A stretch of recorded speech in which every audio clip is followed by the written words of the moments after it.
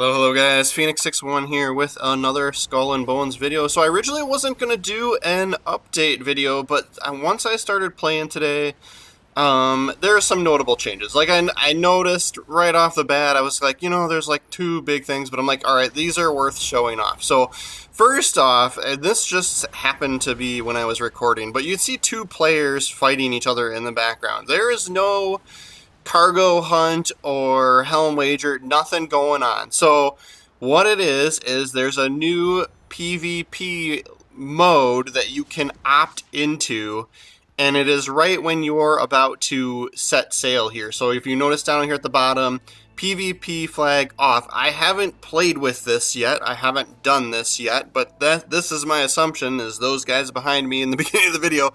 We're playing around with this, right? So if you flip the PvP flag on, other captains, other real players that have it also flipped on, you'll be able to do damage to each other, right? So this is 100% optional, which is definitely the right move, right? The way to go is make this optional, right? So you can just leave it off. If you're not interested in PvP, leave it off. Go about your business, play the game how you want, right? But if you're interested in PvP, you can flip this on, go about your business, drive around, do whatever. And if another, captain or another player also has it flipped on, they'll be able to tell that you have it flipped on too, and you'd be able to do damage to each other. There is friendly fire, so for example, if you're in a group and you're playing with, some friends, you'll be able to accidentally hurt them or, purposely hurt them, whatever you're going for, right? So that's another thing to note there. But yeah, so I think this is definitely the right move. I think it could be a little bit different, and maybe I'll get into that in another video, but I think it'd be nice to have something in your cargo hold that you had to buy somewhere, and then that would be your official PvP flag, right? But anyway, so another big change was to factories. They're tweaking the amounts of production and capacity. I think for this update it's just capacity. My high level 10s seem to be the same, but I think for some of the lower level ones, for example 5s, if I have this one at level 5, the capacity is now 1,000. I think it was less before. I don't remember how much, but that was definitely one of the gripes, is people just getting into this realm of harvesting, farming pieces of 8 from the manufactories. It is a grindy business when you first start out, right? So when you level them up, the capacity only goes up a little bit, and I think that was frustrating people. I was fine with it because once you get it going, it gets exponentially better, right? Another big one, silver chests and boxes. You notice I have 2. When I hit open, it gets rid of both. It opens them all, right? So that was awesome. And then I have some plague bearer heads in my cargo hold, and that's good. I'm going to show you. There's a reason for that too, right? But we'll get into that in a minute. Another big update was contract items. I had a bunch of contract items that were, I had finished those missions, but I, for some reason, got extra of those items, and they were stuck in my inventory. I couldn't get rid of them. There was nothing you could do. And I noticed they're all gone. I probably had 3 or 4 others, with the exception of this stupid empty trunk thing. I don't know what mission I got this one, but my guess would be they had to go into each mission that had contract items and be okay, if they completed the mission, delete the items, right? So so maybe they missed whatever mission this was for, but so I have 1, which way better than it was before, right? But I probably had 3 or 4 other contract item types that were stuck in my warehouse, and they just disappeared. I didn't have to delete them or anything. So you might have a little bit extra inventory space in your warehouse if you were running into the same problem that I was too, right? So the other thing there's 2 other things here. So gear score. They've tweaked gear scores on some of the items. I don't know which items they've done it. I'll get into, if you don't know what the gear score is, I'll talk about that a little bit. But you notice these ships, I have a lot of ships at level 12 now.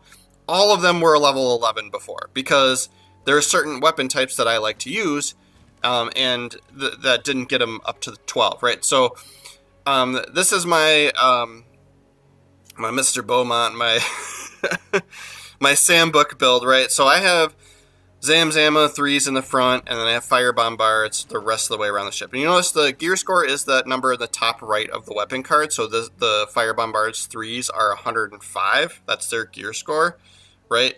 And then something like this blue Spectre is 125, right? So if previously if I wanted to get my ship ranked up, my ship level, I'd have to equip more items that have the higher gear score, such as this blue Spectre, even if I didn't want to use the blue Spectre, if I don't like that weapon, right?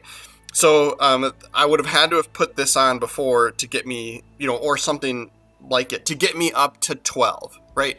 And there's a reason you would want to do that, and I'm gonna demonstrate it right now. So, but what happens when you have the higher ship level, where you have those higher gear scores, is you're gonna do, there with games like this, there's always a little bit of like some sort of buff, like right, like so you're gonna either take less damage or you're gonna do more damage, like that kind of thing, right? So we're gonna demonstrate against some of the Fleet of Pestilence ships. So I have some of the Plaguebringer Captain's Heads. I always forget what those things are called, right? I have some of those in my cargo hold, right? So that makes me hostile to the Fleet of Pestilence ships. So these guys show up all the time, right?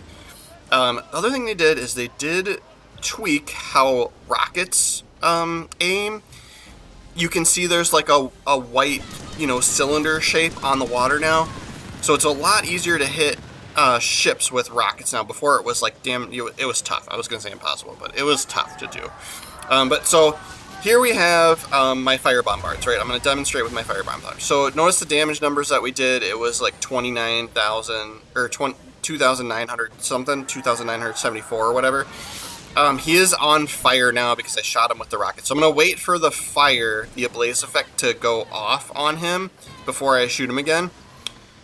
And we'll just kind of confirm how much damage we're doing, right? 2,974, right? Pretty consistently, whenever I hit him, 2,975, right? Where you hit him in a little, I don't know why I got one extra point there from that one, right?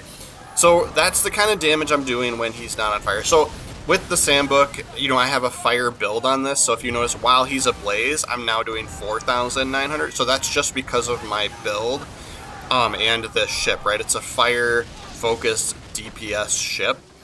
So I'm doing, and then I have furniture that's like adding another 10% or something to, on top of, what comes with the ship itself. I think it's like another 50% damage when they're ablaze, plus a furniture piece that's another 10%, so like, yeah.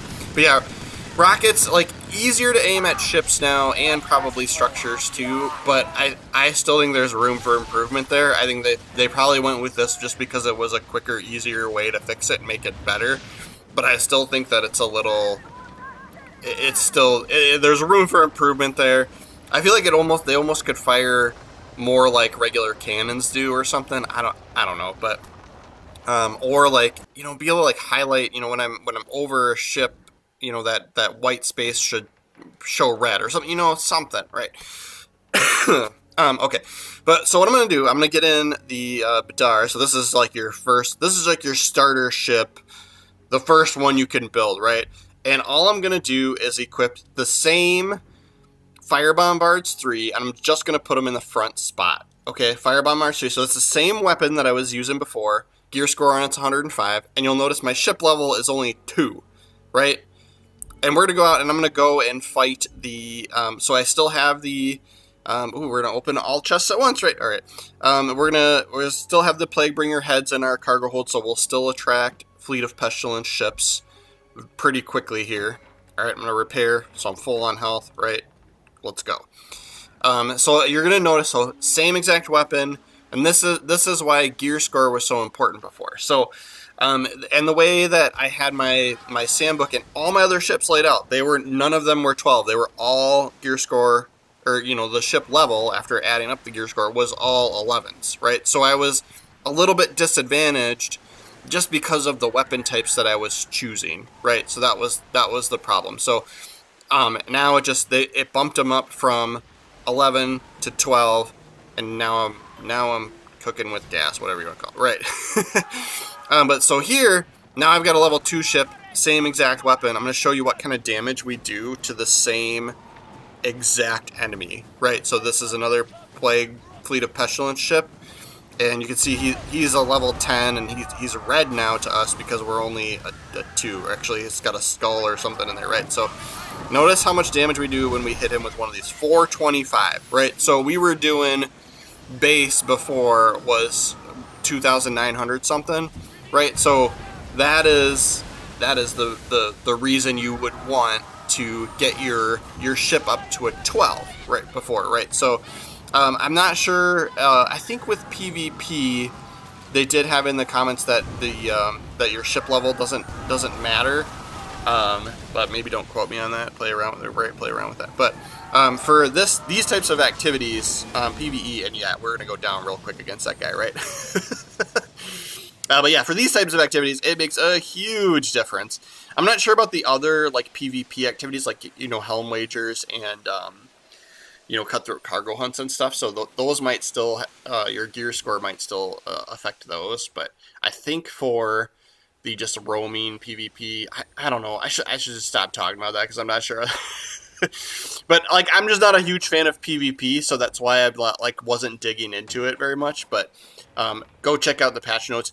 They're huge. Like on Ubisoft's website, like there's a ton of changes that they made, but these are the ones that like I was excited about and that I thought was important, right? So that's kind of why I was like, all right, you know what? Let's do a quick video on these, these fixes and changes and updates, right? So those are the big ones that I was like glad to see, right? So I'm gonna go grab my stuff. I mean, I didn't have anything important on me. Those Fleet of Pestilence heads are kind of nice to have for when you wanna stir up trouble with those guys, right? But yeah, so yeah, normally I was originally not gonna do an update video, and then I was like, you know what? These are some good changes, right? These are some good changes, so we'll put it out there today. But yeah, this dropped last night, so this is all live. So go and enjoy, right? Yeah, let's do it. All right, thanks guys for watching my video all the way through. Make sure to subscribe to the channel. That really does help me out quite a bit. I'm on the struggle bus to try and get to 1,000 followers, right? So I really do appreciate everybody that interacts with my videos, comments, goes into live chat when we're streaming, all that fun stuff. Thank you guys so much for helping me out. And we'll have more Skull and Bones videos coming out in the future, so stay tuned. Thanks.